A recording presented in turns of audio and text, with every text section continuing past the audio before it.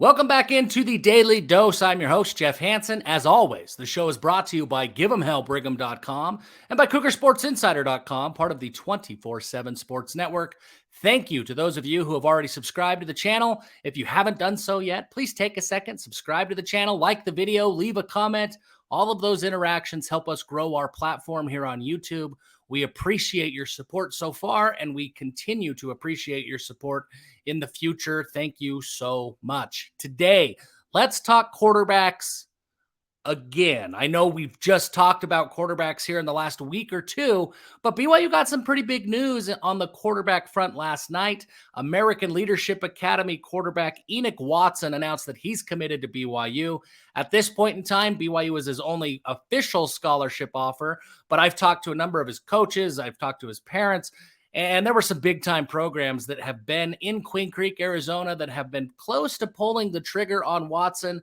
They really, really like his game, but this is a BYU guy through and through. He's related to Jaden Wagner, Aaron Wagner, of course, of BYU, 10 or 15 years ago. His older brother, Pearson Watson, is a linebacker who signed with BYU just last year.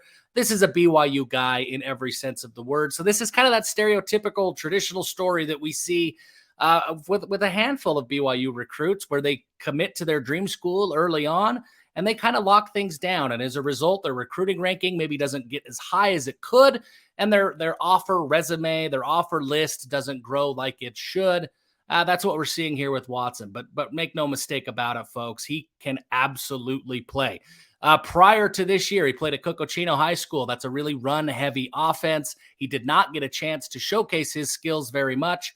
Now that he's playing for Ty Detmer and for Max Hall at ALA, he's being asked to do a lot more things in the passing game than he's been asked to do so far in his high school career.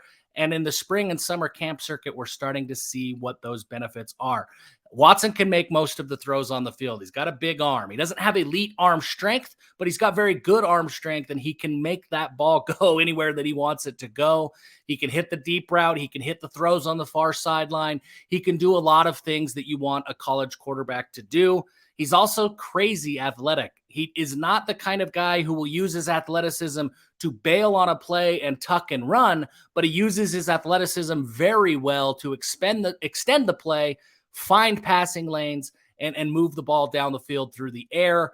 He's a very accurate passer. There's a ton to like about Watson's game, and there's a ton to like about Watson's potential as well. Of course, playing for Detmer and Hall, he's going to get elite level coaching at the high school ranks. That's huge. And then when he gets to BYU, he'll be able to hit the ground running and not miss a beat in terms of his development. When will he get to BYU? Watson's going to go on a mission first. So think of him as more of a class of 2026 guy, maybe 2027, depending on when he leaves. Yes, he'll sign in 2024. Yes, he'll graduate in high school in 2024. But for all intents and purposes, he's a class of 2026 guy from BYU's perspective.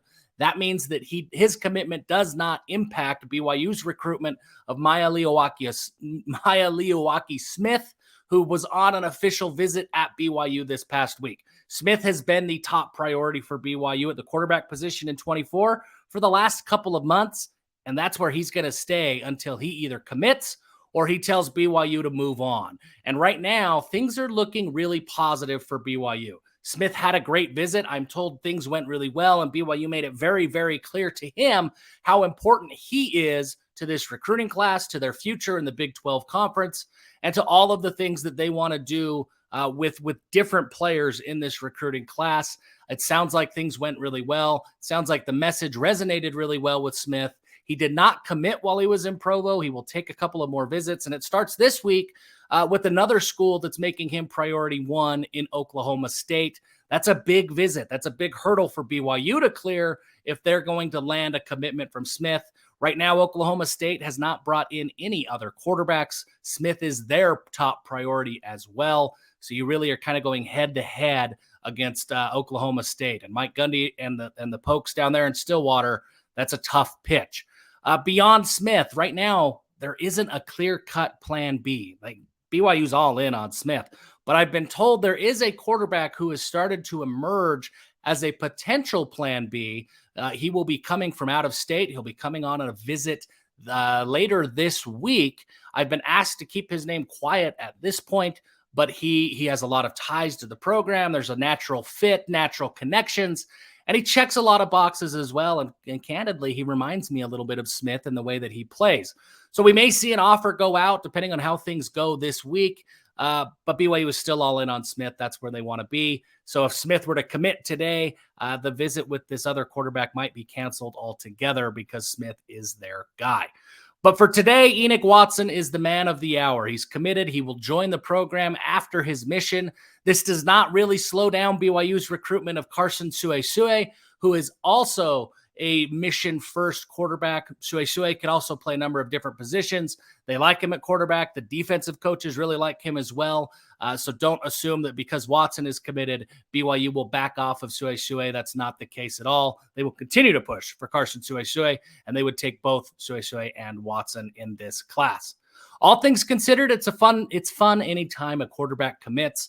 Watson's got a ton of potential. He reminds me of a guy like Ryder Burton, who just signed with BYU this past season.